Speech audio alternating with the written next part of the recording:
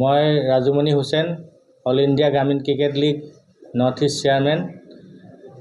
ইতিমধ্যে আমি কেইবাবছৰ ধৰি অল ইণ্ডিয়া গ্ৰামীণ ক্ৰিকেট লীগত জড়িত হৈ আছিলোঁ।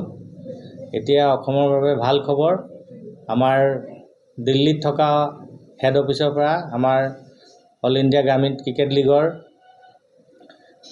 গোবিন্দ আগৰৱালাজীয়ে আমাক এটা মেছেজ দিছে যে আমাৰ যিখিনি গাঁৱৰ প্ৰতিভা খেলুৱৈ আছে, ক্ৰিকেট খেলুৱৈ, সেইসকলক ট্ৰায়েল মেচৰ জৰিয়তে 21-22 মাৰ্চত 4টা জোমত গোলাঘাট, লখিমপুৰ, নগাঁও, শিলচৰ এই 4টা জোমত তাৰপৰা আমাৰ প্লেয়াৰ চিলেক্ট কৰা হ'ব আৰু এটা টিম অসম হৈ পেলাই এটা টিম বনোৱা হ'ব আৰু এই টিমটো গৈ এপ্ৰিল মাহত মুম্বাইত AIGCL I-20 বুলি এখন মেচ হ'ব। তাত ভাৰতৰ AIGCL T20 বুলি এখন মেচ হ'ব।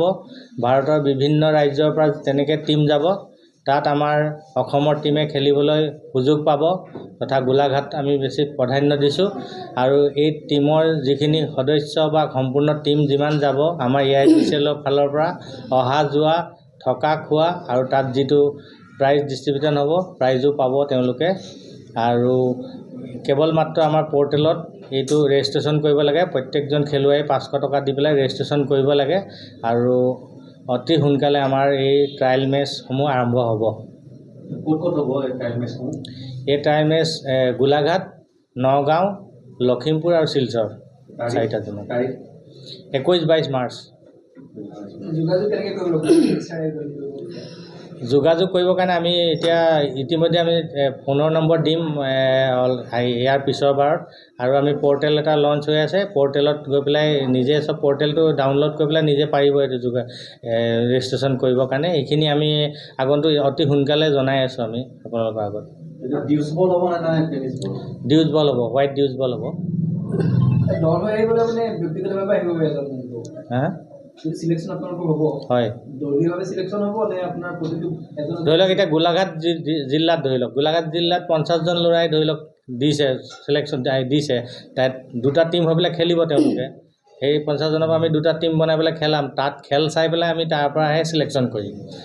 আৰু যেনেকৈ নগাঁৱতো তেনেকৈ যিমান হেৰি হ'ব, তাৰপৰা 2টা বা 3টা টিম হ'ব। সেই টিমকেইটা তাত ট্ৰায়েল খেল হ'ব। ট্ৰায়েল খেলৰ পৰা তেওঁলোকক তাৰপৰা চিলেকশ্যন কৰি পেলাই এই 4টা জোমৰ পৰা মুঠতে এটা টিম বনাই পেলাই আমি মুম্বাইত AIGCL T20 খেলাবৰ কাৰণে লৈ যাম এপ্ৰিল মাহত। এই প্ৰথম হৈছে অসমত? এই প্ৰথম অসম তথা ভাৰততে প্ৰথম হৈছে ইয়াত। ইয়াৰ দ্বাৰা আচলতে যিবিলাক প্ৰতিভা আছে যুৱকসকলৰ, খেলুৱৈসকলৰ তেওঁলোকৰ উদ্ভাসিত হ'ব। হয়। আৰু আমাৰ অল ইণ্ডিয়া গ্ৰামীণ ক্ৰিকেট লীগৰ আমাৰ মানে যিটো হেৰি আছে, সেইটোৱে আছে যে আমি গাঁৱৰ যিখিনি প্ৰতিভা আছে, সেই প্ৰতিভাখিনি প্ৰথম দেশৰ ভিতৰত, তাৰপিছত বিশ্বৰ দৰবাৰত আমি নিয়াৰ চেষ্টা কৰিম। ইয়াৰ পিছত আমাৰ কেইবাখন দেশৰ মাজত লীগ আহিব। সেই লীগতো আমাৰ যি মুম্বাই T20 খেলিব তেওঁলোকেও সুযোগ পাব।